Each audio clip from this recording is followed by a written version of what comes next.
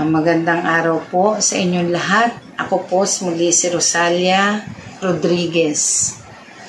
Kumusta na po sa mga nakaraang buwan na medyo na-delay ulit kasi medyo naging busy po ako sa pagpapagawa ng aming munting bahay, munting kusina, bubong. Medyo nagkaroon po kasi ng sunod-sunod na ulan, so natulo ang aming kusina. Sa tulong po ng Panginoon, tulong ni Bro Edmar, ng aking mahal. Salamat sa tulong mo na paayos ang aming bubong, ang tahanan natin. So medyo nagbisi po ako, pati po ang bakod, medyo napaayos. Kaya po instead na ako magsusunod-sunod na vlog, ito pong nakarang 2 buwan, hindi ko na po naasikaso. Pasensya na po kayo at medyo syempre po mas mahirap po yung hindi ko maasikaso rin yung sa bahay. So ngayon po natapos na yung pagpapagawa ko, natapos na stress sa mga tao. Sa totoo lang po mahirap maging single mommy. Ay, katuwang ko naman po yung anak ko na 2 lalaki, isa po ay nasa Qatar, tumutulong din sa amin. Hello anak, kumusta? Ingat ka lagi dyan, Raymond Christian. Ganun din, nagpapasalamat din ako sa pagtulong ng anak ko si Gabriel. Siya po ang aking tagapag-edit. Matyaga. Matyaga, kahit makulit ako minsan. Salamat din sa mga anak ko, nakasuporta kahit napapagalitan ko sila minsan, andyan pa rin sila. Muli po, binabati ko lahat ng aking mga buyer sa lumipas pong 2 buwan. Sa'yo, Bro Edmar, salamat sa mga tulong mo sa ating pamilya. Ingatan ka palagi at ang iyong mga mahal sa buhay dyan sa Dubai. Binabati ko rin si Jerry sa UAE, Bro Jerry Grabador. Salamat muli sa iyong payment, sa mga pa-reserve mo, walang sawa. Maraming salamat. At ikay palaging ingatan ng Panginoon at ang iyong mga gabay. Alam ko namang hindi ka iiwan ng mga gabay mo at ikaw talagang habulin din ng mga espiritu, mga good spirit. Nagpapasalamat din ako at binabati ko rin si Bro Patrick sa LA. Pasensya ka na, medyo sa sobrang busy ko sa pagpapagawa, hindi ko napansin yung padala ko, medyo may problema, pero naayos na natin yun. Wala naman tayong intention na magkamali, pero syempre bilang tao, maraming iniintindi sa bahay, sa mga anak ko, para mapagbigyan ko kayo lahat. Minsan sabay-sabay ang trabaho ko. So minsan po, hindi naman naiwasan magkamali bilang tao. Minsan yung dasal na late, minsan kasama yung panalangin, pero mabuti po may messenger naman, nahahabol naman po. So, naayos naman ang ating conversation. Tuloy ang gamit. Ito bro na bago ako mag-birthday itong August, papadala ko yung 2 medalyon mo. Actually, hindi ko po talaga yun basta-basta binibenta. Pero, niloob ng Panginoon na sige, pagkaloob ko sa iyo, magamit mo sa iyong paglalakbay, sa iyong pamumuhay, naway makatulong sa iyo ng malaki. Binabati ko rin po si Sis Nicole sa Japan. Salamat sa patuloy mong pagtulong sa amin, sa pagkuha ng gamit, sa pangungumusta, salamat. At nawa ang Japan ay maudlot ng maudlot ang mga dilubyo dyan. Ganun pa man, tayo hindi humihinto po ng panalangin. Humihiling din po ako sa mga tao na makiisa po sa pagdarasal. Ito po sa kapakinabangan ng buong katauhan o buong mundo. Kasi po hindi lang naman Pilipinas ang pinagpapala ng Panginoon. Sabi nga ng Panginoon sa Biblia, pinagpapala niya ang mabubuti at masasama sa pagsikat ng araw. So lahat naman po tayo nakikinabang sa magandang sikat ng araw ng Panginoon. Kaya po, nihiling ko patuloy po kayong makiisa sa pagdarasal. Sa mga dilubyo na parating, sana po'y wag munang dumating. At wag po sana dumating kung loloobin ng Panginoon. Sa akin pong pagpapatuloy, Balikan ko po yung aking ilang buyer na karambuan. Bro Sherwin, Batangas, salamat sa Panginoon at ikaw niloob ng Panginoon na gumaling sa ating maiksing video call dahil siya po nabarang, nag-uumpisa ng barang, naagapan naman po sa aming gamutan. Salamat sa Panginoon. At sa tulong po ng mga dignum gamit na in-order niya, ayos na po siya ngayon. Maganda ang aura niya, nakakapagtinda na ng maayos sa palengke, at ang kanyang negosyo naman po patuloy na lumalaban sa buhay. Salamat Bro Sherwin sa mga gamit, tiwala, at salamat sa Panginoon at ikaw pinagaling sa iyong pananampalataya. Kumusta rin po Bro Perez? Bro Ronald sa ibang bansa. Always bro, ingat kayo dyan sa iyong asawa, sis. Kumusta na po? Ingat po kayo. Salamat. Mr. Roselito Salvador, sa mga nakaraan po na order nyo sa akin, salamat po sa gamit nyong kinuha. Rosendo Salutan, thank you po sa inyong pag-order ng mga medalyon. Ganon din sa iyo ulit, Sis Nicole. Thank you sa marami mong regalo at pag-order mo ng mga gamit sa akin. Bro Patrick, ingat kayo dyan at marating mo na ang iyong mga pangarap sa buhay. Loobin nawa ng Panginoon, mangyari sa iyo kung anong iyong pananampalataya. Salamat din sa kay Bro Greg. 8 beses ka na sinave ng Dignum Goma, no? Siya po isa sa napakapalad na tao na syempre buo ang kanyang pananampalataya at buhay naman po talaga ang mga gamit ko. Ilang beses na po sinalba ang kanyang buhay dahil dyan sa Dignum Goma. Andyan yung nabaksakan siya nitong bagyo sa yung kanya pong pick up ng sanga ng puno. Sabi niya, sis, thank you talaga. Wala pong basag ang kanyang pick up. Ang kanya pong Dignum Goma, ganyan lang kaliit ang in-order niya sa akin. Sinabit niya po yun sa kotse niya. Buhay na buhay at naramdaman niya ang mga milagro sa kanya ng gamit na galing sa akin. Kaya 8 beses na raw po siya sinalba. Salamat Bro Greg at salamat sa Panginoon at ikay patuloy ingatan. Andyan yung naka-aksidente po siya sa tricycle. Wala pong gasgas yung pickup niya. Wala rin gasgas yung tricycle, yung tao po, wala rin pong sugat. Sabi niya, sis, napakahusay talaga ng gamit mo. So, siya rin po nag-comment sa vlog ko. Salamat, bro. Ganun naman po talaga mga espiritu kapag ang tao ay buong pananampalataya at nagpapakabuti, hindi ka po iiwan ng mga espiritong gabay ng gamit. Pero po pag nagdududa na, wag na pong kumuha kasi ang espiritu po mismo iiwang ka. Lalo po kami pagdududahan, never po ako nanloko ng tao. Ako niloko, kami ginamit. Pero pinagpasa Diyos ko na po yung mga taong pinagkatiwalaan ng asawa ko. May mga nakalaan naman po sa mga tao na yun ng Panginoon. Pinagpasa Diyos ko na po. Pero kami po yung manloloko, hindi po mangyayari. Kaya po, medyo mahaba ng aking kwento sa inyo, no?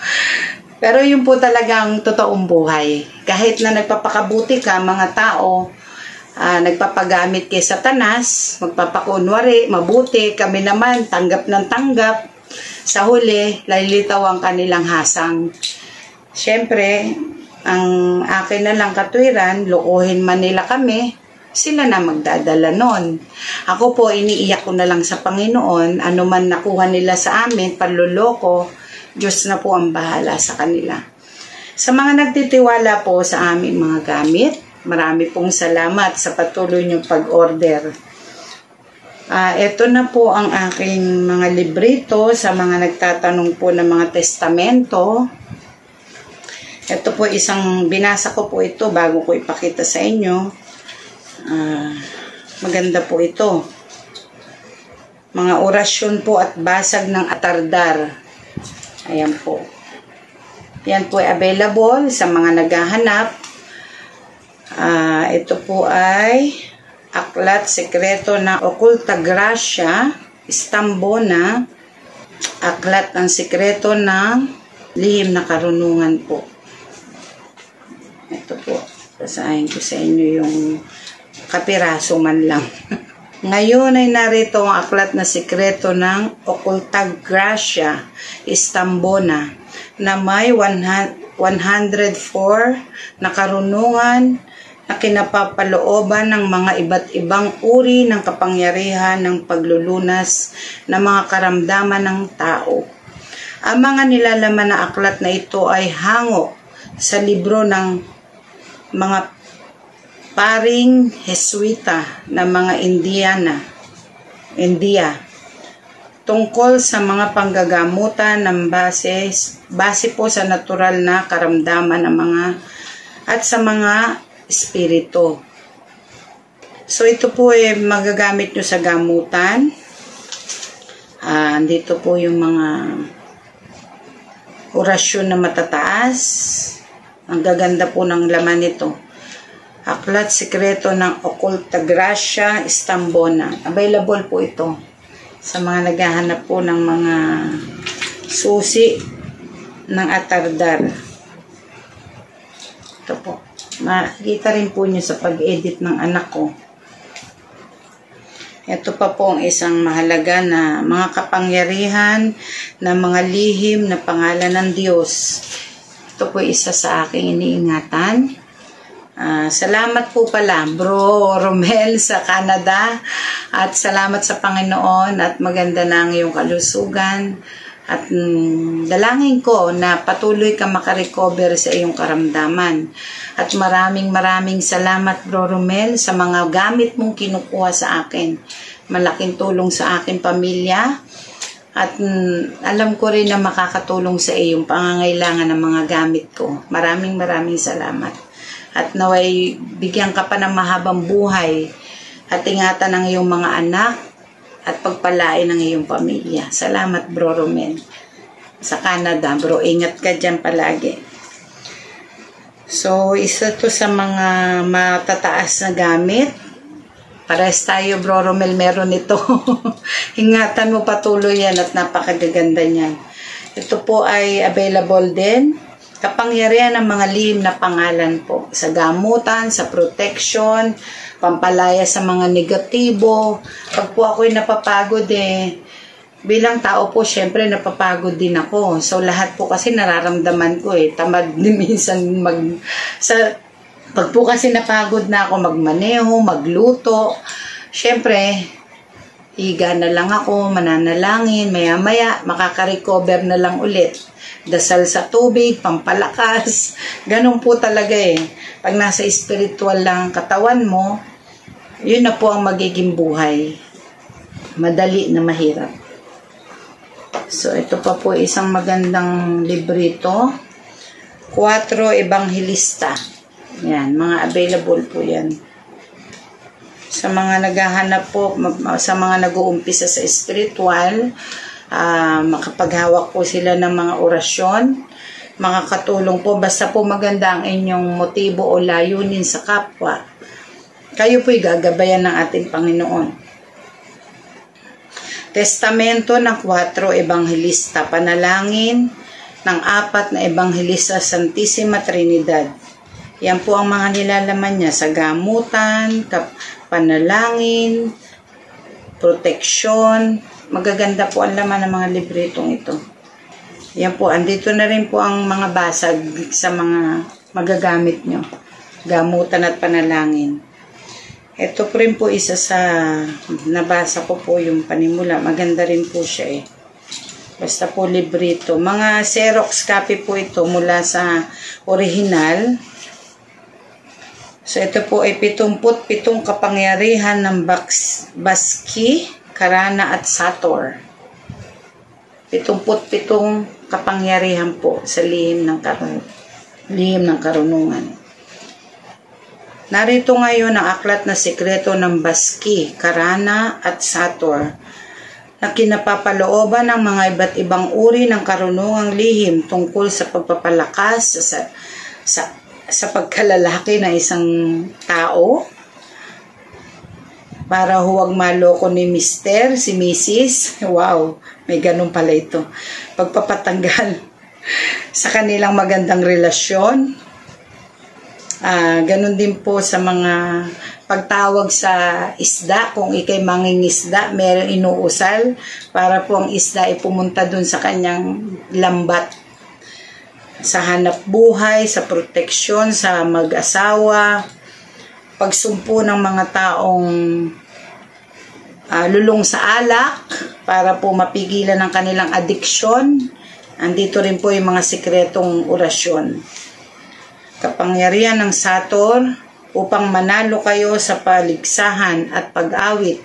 At kapangyarihan din po sa Sator upang magtagumpay kayo, beauty contest, pagka Miss Universe, kapangyarihan po ng Sator tungkol sa pag-ibig at orasyon, Santong Pipi at hindi mahatulan ng husgado at marami pang iba na inyong matutunghayan at matututuhan sa aklat na ito na punong-puno ng kahiwagaan. So yung mga pangarap po ng mga iba na magwagi sa pag-awit, pagsali po sa contest, andito po lahat. Dapat may copy pa ako nitong isa. bago to mabenta po, kukuha kong copy ng akin sa akin. Maganda po ito eh. O Bro Patrick, baka ito kailangan mo, maganda to. Sa iyong pag-awit, nakakatulong yan. Pagtatagumpay din sa buhay. Ito pa po ay isang mga orasyon at konsagrasyon ng mga medalyon. Pambuhay at dasal sa gamit. Yan po. Pamilin sa larangan ng espiritual at suma sa Diyos. Kinakailangan maging mapagkumbaba ka at dapat pumasok ang unawa. Maraming may kaukulang simulang ukol sa Diyos. Pundasyon, poder, susi, katugon ng orasyon, ngunit hindi lahat na nakasulat na orasyon ay ganoon na lang. Kung minsan nagaganap din sa tibay ng pananalig at pananampalataya. Yan po ay totoo. Kaya po kailangan buang pananalig, pananampalataya. Hindi po kasi po pwede yung marinig dito, marinig doon. Hindi po ganon. Kailangan po ang tatawagin nyo lang, Panginoon. Para kung okay po mag-research. Pero yung pong kwento-kwento lang, sabi-sabi lang, kuha kung saan-saan, mahirap po yun eh. Wala po tayong basihan na may liwanag yung pinagkukuhanan ng ibang tao. Ito pong aral na mga natutunan ko, bagamat ito po'y galing sa asawa ko, at sa mga aral na iniwan niya, talaga pong basihan namin ay mga salita ng Panginoon sa Bible, sa mga original na, ito pong mga librong iniwan sa akin ng asawa ko na kapag pinapaserox ko po, nasisira ang mga machine. Mga sagradong books po kasi yun. So, salamat sa Panginoon. Tayo po'y napagkatiwalaan ng mga mahalagang libro. Sa ngayon po, hindi ko pa po mapapabookbind yun kasi maselan po yun eh. So, ito naman po isa pang maganda na librito. Okulta na. Mga natatagong kapangyarihan at okultismo.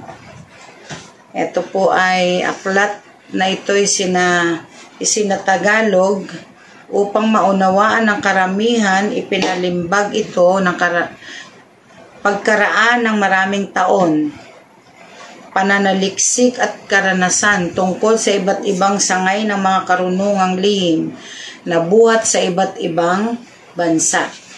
Sinulat na aklat na ito'y parang sa kabutihan ng sino mang may malinis na hangarin, baguhan man o may karanasan, upang maragdagan ang kanilang kaalaman sa kapangyarihang lihim. Ang sino mang nag-iingat nito ay magigpit na itinatagubilinan na huwag gagamitin sa masamang paraan, ipagyabang pagkat kayo ay mapapahamak at maaring magpagdusahan ninyo ng habang buhay. Ang mga orasyon at aklat na ito ay mabisa, binibigkas lamang sa isip at hindi sa pamamagitan ng bibig. Ito pong mga nilalaman ng aking mga librito ay talaga pong maselan. Kaya nandito naman po pagpapaliwanag, pag binasa ninyo, ingatan nyo po at sabi nga po ng bilin, huwag gamitin sa hindi sa mabuti, kundi huwag pong gagamitin sa kayabangan. Basta po ito'y gamitin sa mabuting hangarin, sa pagpapakabuti, para po ang banal na espiritu hindi kayo iiwan. Ito pa po isang mga orasyon ni Haring David. Pero ito po talaga hindi ko na binibenta kasi maraming nakalagay dito na gayuma. Ayun ang mister ko nung nabubuhay. So, laktawan na natin yan. Pwede po yun kung sa sa asawa gagamitin Ito naman po ay lunaryo ng kapalaran.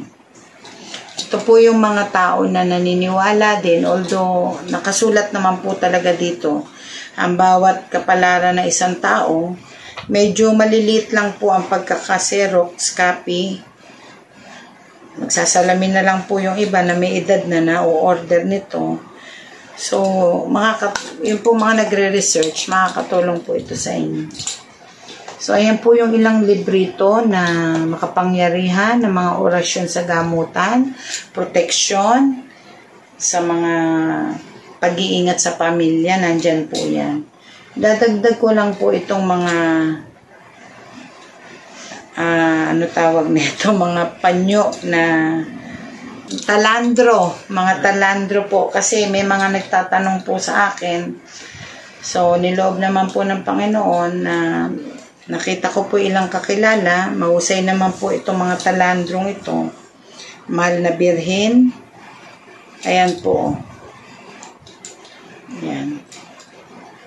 Yan po mga sa proteksyon at sa biyaya sa kabuhayan. Maganda po ang Mahal na Birhen. Sa panglahatan din po yan. Ito rin po ay isa rin gamit ko ng saklolo. Yan po yung mga talandro na may mga nagtatanong. Ngayon po ay available na yan at mga nadasalan ko na rin po yan ng ilang buwan bago ko ipakita sa inyo. Ito pa po isang maganda rin sa negosyo, sa protection, Santo Niño na talandro. Ayan. Para po sa mga naghahanap, meron na pong ilang pirasong available. Actually, kulang 10 po ito Ito pa po isa. Santo Niño din po ito. Ayan, sa hanap buhay, sa protection. Ayan po, mahalaga po yan. Ito naman po, nag-alarm na po ang aking cellphone. Oras na ng dasal namin. Ito naman po ay taldar. Yan. Coronados.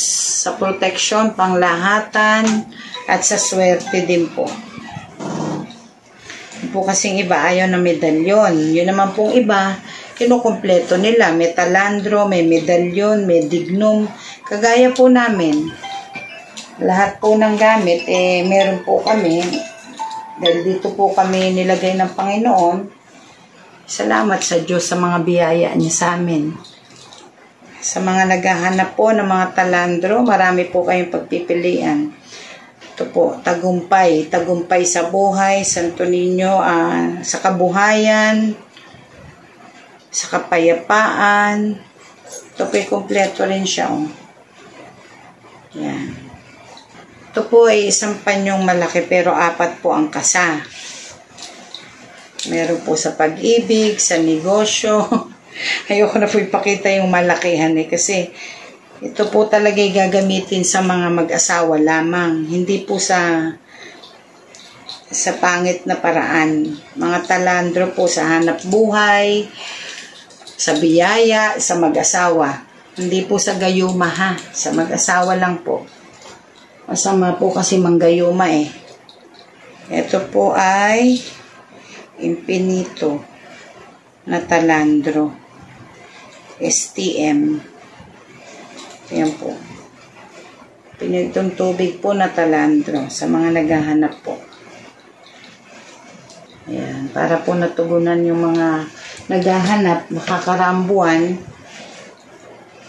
Salamat sa Panginoon at ako'y nakapagpa-order nito. Sator Coronados. Ayan, yung po may hawak ng mga medalyo na umorder sa akin. Gusto po ninyo may talandro, dagdag protection, gabay sa buhay. Ito po, available na po. Binabati ko rin nga po pala si bro sa Alaska. Ang aking mga buyer po kasi sa dami. Nakakalimutan ko ang pangalan. Sis Noemi, salamat sa iyo. Salamat din at patuloy kang bumabati. Binabati rin kita at ang iyong pamilya. Shout out. Si Bro Lexter sa Israel. Kumusta bro? Ingat ka dyan palagi. Salamat sa regalo mo sa akin. Oil na galing Israel. Thank you so much. Dati yan iingatan ko at gagamitin ko. Salamat. Alexandria Bayon. Salamat sa payment. Alam ko naman na katiwa-tiwala ka. Salamat at ang baon na iyong in-order, alam ko malaki may tutulong sa iyo. At salamat sa Panginoon, patuloy kang ginagabayan, binibigyan ng lakas, at patuloy ka nakakapaghanap buhay dyan. Ingatan ka ng Panginoon at ang iyong pamilya. Salamat sa tiwala. So, siya po isa sa kumuha din ng mga medalyon sa akin sa Torbao, walang mata. Dahil siya din po nakakainggitan, hindi naman maiwasan ng mga Pilipino. Ang inggit talaga yan isang espiritu ng demonyo. Nakakaawa yung mga tao na walang kakontentuhan sa sarili. Hindi sila maging masaya sa ikaunlad ng kapwa nila. Kaya ngayon po, be wise na talaga sa daming tao na negative. Iba na rin po may hawak tayong gamit na ganito. May protection ka sa family mo, sa sarili mo, para pagpatuloy mo ang buhay sa pagtatrabaho. Mabuti na po yung maging wise tayo sa pagpili ng gamit. Siguraduhin po natin gumagana, buhay, at malinis ang pinanggalingan. Muli po, nagpapasalamat ako sa lahat po ng tumangkilik sa aking mga gamit. At tayo po muling magpasalamat sa ating Panginoon sa kanyang pagpapalat habag sa buong mundo, lalo na po sa bansang Pilipinas. Ad mahorem de igloriam, ibareke ka Yahuwa bishmareka, yaer Yahuwa panabaleka, bikuneka, isya Yahuwa panabaleka, biyashem leka shalom, Krok Sante Pater Benedicte. Amen.